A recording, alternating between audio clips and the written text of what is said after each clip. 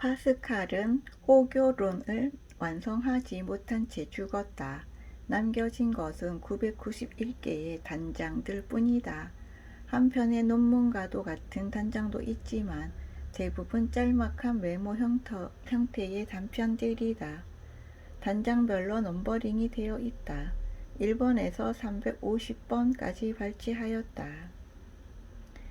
사람들은 모든 면을 보지 못하는 것에는 화내지 않지만 틀렸다는 말을 듣기 싫어한다.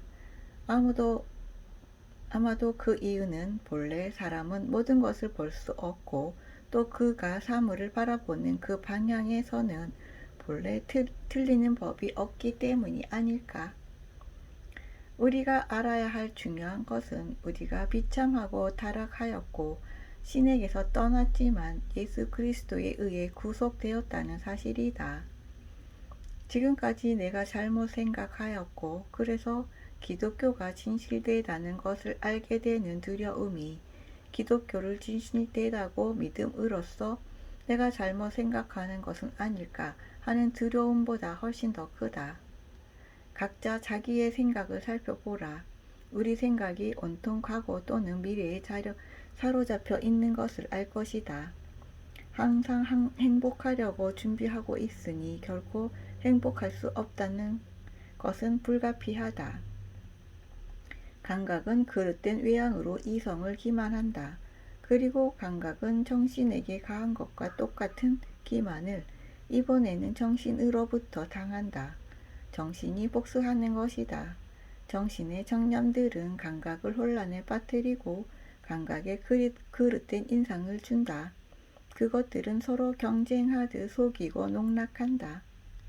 만약 자기가 없는 자리에서 친구가 자기에게 대해 말하는 것을 알게 된다면 설사 진실되게 자기에 대해 말하는 것을 말하였다 해도 존속할 우정은 거의 없을 것이다. 어떤 사람이 강 너머에 살고 있고 그의 왕이 우리 왕과 싸운다는 이유로 그 사람과 나와는 아무 다툼이 없는데도 나를 죽일 권리가 그에게 있는 것보다 더 우스꽝스러운 일이 어디 있는가?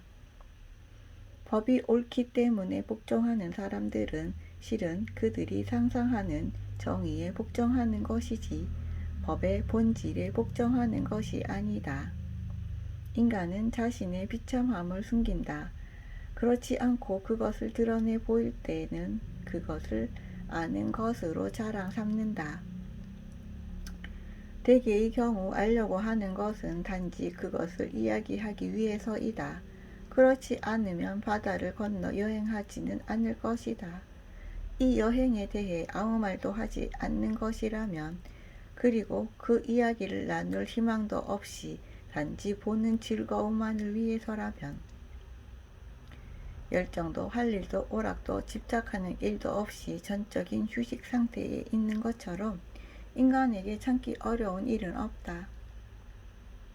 우리는 우리 안에 그리고 우리 고유의 존재 안에 지니고 있는 삶에 만족하지 않는다. 우리는 타인의 관념 속에서 하나의 상징적 삶을 살기를 바라고 이것을 위해 그럴듯하게 보이려고 노력한다. 우리의 상상적 존재를 아름답게 보이고 보존하기에 힘쓰며 실제는 소홀히 하는 것이다. 또 하나의 극단은 위대한 정신의 소유자들이 도전하는 무지이다. 그들은 인간이 알 수 있는 모든 것을 편력한 다음 자신은 아무것도 모른다는 것을 깨닫고 결국 출발했을 때와 같은 무지 속에서 자신을 만난다. 그러나 이것은 현명한 무지이다. 정의에 복종하는 것은 옳고 더 강한 것에 복종하는 것은 필연이다. 힘 없는 정의는 무력하고 정의 없는 힘은 폭력이다. 그러므로 정의와 힘이 함께 있어야 한다. 그러기 위해서는 정의가 강해지거나 강한 것이 정의로워야 한다. 인간은 정의를 강하게 할 수 없으므로 강한 것을 정의로 만들었다. 생각하는 갈대. 내가 나의 존엄성을 찾아야 하는 것은 공간에서가 아니라 나의 사유의 규제에서다. 많은 땅을 소유한다고 해서 내가 더 많이 갖게 되지는 않을 것이다. 공간으로서 우주는 한 점처럼 나를 감싸고 삼켜버린다. 사유로서 나는 우주를 감싼다. 신을 느끼는 것은 심정이지 이성이 아니다. 이것이 곧 신앙이다. 이성이 아니라 심정에 느껴지는 하나님. 한마디로 인간은 자기가 비참해진다는 것을 안다. 따라서 그는 비참하다. 실제로 그렇기 때문에. 그러나 그는 진정 위대하다. 자신이 비참하다는 것을 알기 때문에. 사람은 더 많은 빛을 갖는데 따라 더 많은 위대와 비속을 인간 안에서 발견한다. 자연은 그것이 신의 영상임을 나타나기 위해 완전성을 가지고 있고 또 신의 영상일 뿐임을 나타내기 위해 결함을 가지고 있다. 나는 인간의 모든 불행은 단 한 가지 사실, 즉 그가 방 안에 조용히 머물러 있을 줄 모른다는 사실에서 유래한다고 종종 말하곤 했다.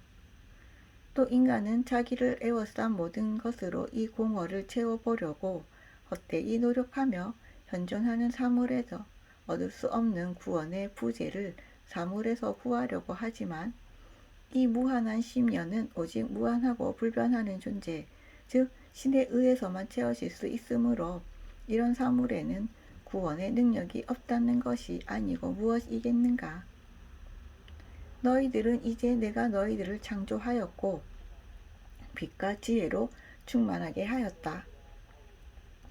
나는 인간에게 나의 영광과 경이로움을 전하였다. 그때 인간의 눈은 신의 위용을 보았다.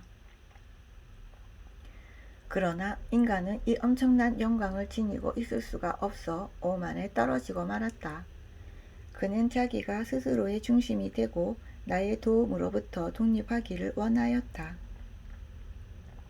그는 나의 지배에서 벗어났으며 자기의 행복을 자기 안에서 찾으려는 욕망으로 나와 동등해지려고 하였으므로 나는 그에게 그를 내맡겼다.